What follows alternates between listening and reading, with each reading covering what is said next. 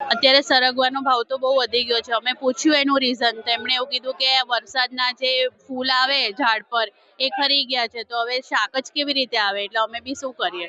100 રૂપિયા કિલોનો ભાવ છે. આ આમ જનતા માટે તો 200 રૂપિયા કિલો ભાવ છે. હવે આવા સાધારણ માણસ તો આમાં બિચારું શું ખાય ને શું કરે. અત્યારે ભયંકર શાકભાજીનો ભાવ ફાટી નીકળ્યો છે અત્યારે, કારણ કે ખેતરનો પાક જ બધો ખેડૂતનો પાયમાલ થઈ ગયા છે, તો શું કરે. શાકભાજી બી અત્યારે મોંઘી થતી જાય છે રોજે.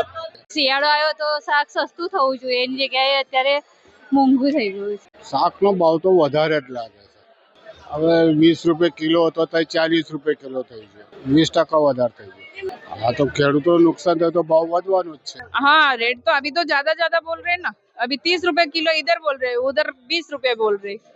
વરસાદના કારણે જેવું કે મેં હવે 40 ની 250 બ્રોકલી લેતો હતો અને એના આજે 100 ની 250 છે. ના, શાકભાજી થોડી ઓછી છે. જે રેગ્યુલર આપણે લઈએ એના કરતા ઓછું આવ્યું છે આજે, કેમ કે અહીંયા માલનો વધારો ઓછો થઈ ગયો છે અને ભાવ બી વધારે છે, એટલે થયું હશે આગળથી માલ ઓછો આવ્યો છે એવું થયું હશે, પ્રોબ્લેમ થઈ. ભાવમાં કેટલો વધારો છે, કેટલો ઘટાડો છે?